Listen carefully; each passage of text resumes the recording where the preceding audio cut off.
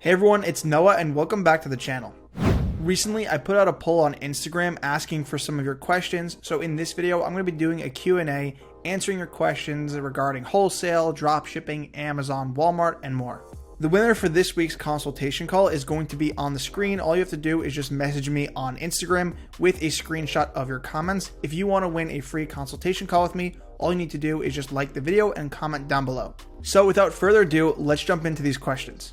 So the first question comes from Zach and he says, can you explain how to sell on Walmart if you don't have an LLC? So you don't need an LLC to apply on Walmart. You just need the proper business documents. So you can do this with a sole proprietorship as long as you have an EIN, as well as long as you fill out the W-9 and you have a US business address, you should be able to go ahead and apply to get on Walmart. The next question comes from Stan and he says, how do you deal with Walmart lag time? Do you have some tips on how to request exemption successfully? This is a really good question, and obviously as dropshippers, we're always looking to extend our lag time, aka our handling time. So there are multiple ways to do this. The first way that you can do it is you can download a bulk lag time file, and once you go ahead and do that, you just upload your SKUs, you upload the amount that you want to increase it to, and you can automatically adjust your items to have 48-hour lag time. If you want to increase it past 48 hours, then when you are creating the listing, there's a section there where you can enter in the lag time fulfillment days. So usually in there, I'll enter in 3 days. Sometimes it works. It really depends on the category. However, if you're looking to extend it past 72 hours, then you will need to request exemption from Walmart. The way that you do this is you go to your help section, you go ahead and you create a case in order to increase lag time for your products. Depending on the product, I would choose a different reason. So if it's a large product, I would tell them that it's a large item, it's going to require extended shipping. Usually I have not had an issue, and as well as I worked with other people, you can normally get your lag time extended. However, if you're looking to go for 4 or 5 days, then it's going to be pretty tough.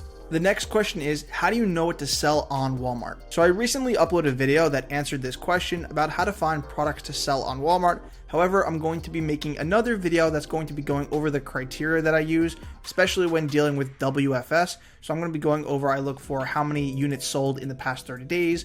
What do I look for when I'm looking at the buy box of a product or a listing, as well as the software that I am primarily using is DataSpark. DataSpark has been a very helpful software, especially for finding products, as well as also for scanning wholesale price lists from suppliers.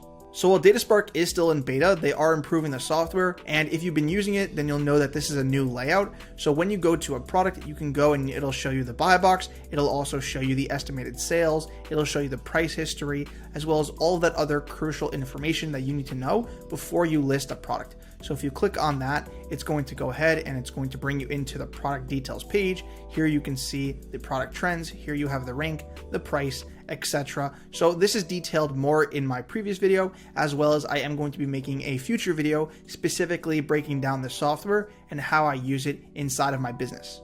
So the next 2 questions come from the same person and they more or less have the same answer.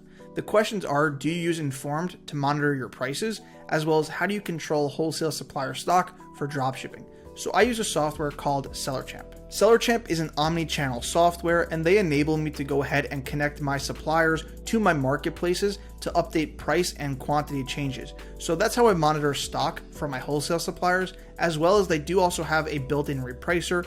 It's okay, it's not the best repricer. They're more or less an omni-channel software, and then the repricer is just an added bonus. If you were doing FBA or you really needed something robust and you needed to be making price changes every single 15 minutes or something like that, I would go for something like Informed or something like GoAura, where those are much better built for repricing.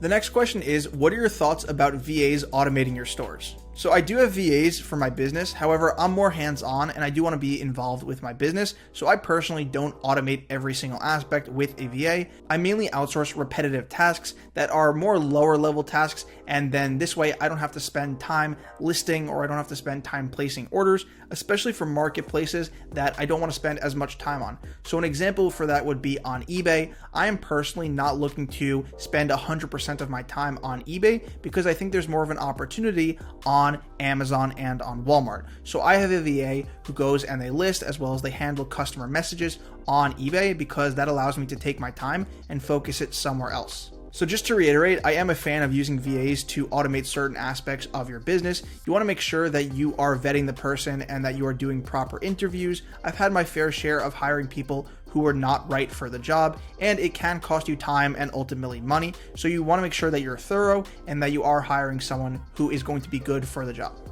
So the next question comes from Zach, and he says, how do I start with Amazon FBA, and is it too late to start? So personally for me, I'm also looking to grow the Amazon FBA side of my business. Two really helpful mentors that I have that have been instrumental in giving me crucial information are, number one, Watch Me Amazon. So you can find him on YouTube, and his channel will be linked down below, as well as Amazon Lit. So that is going to be Eric and Sebastian, and they are multi-million-dollar Amazon sellers. Their channel will also be linked down below. The way that you start with Amazon FBA is you're going to need a product first. So if you're doing private label, then you're going to want to research and find a product. Then you're going to create your own listing.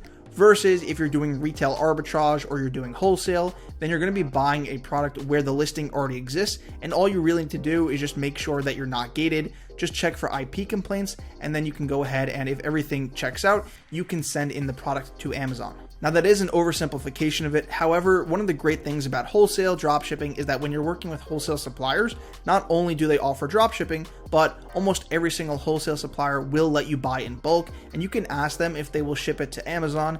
If not, then you can ship the products to a prep service, but mostly shipping to Amazon and using FBA is a relatively easy process. To answer the second half of that question, is it too late to start selling on Amazon? E-commerce is only growing, and it's growing exponentially. With that, Amazon is also growing as well. Amazon also has one of the best logistics services in the world, if not the best.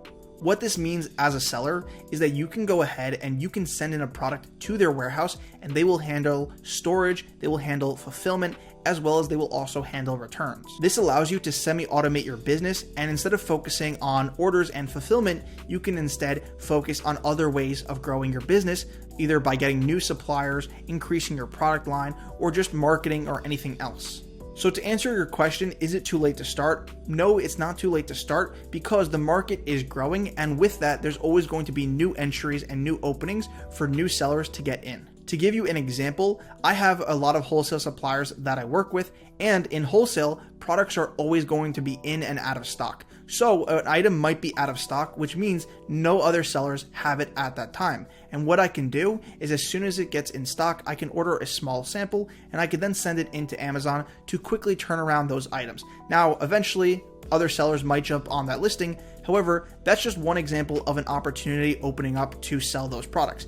Now, with wholesale, you can get access to thousands of products. So imagine finding thousands of those opportunities to quickly jump on listings. That's just one method. There are plenty of different ways that you can find openings in Amazon FBA in order to build a wholesale business or a private label business or retail arbitrage. So to close out, no, I personally do not think it's too late to start selling on Amazon through FBA.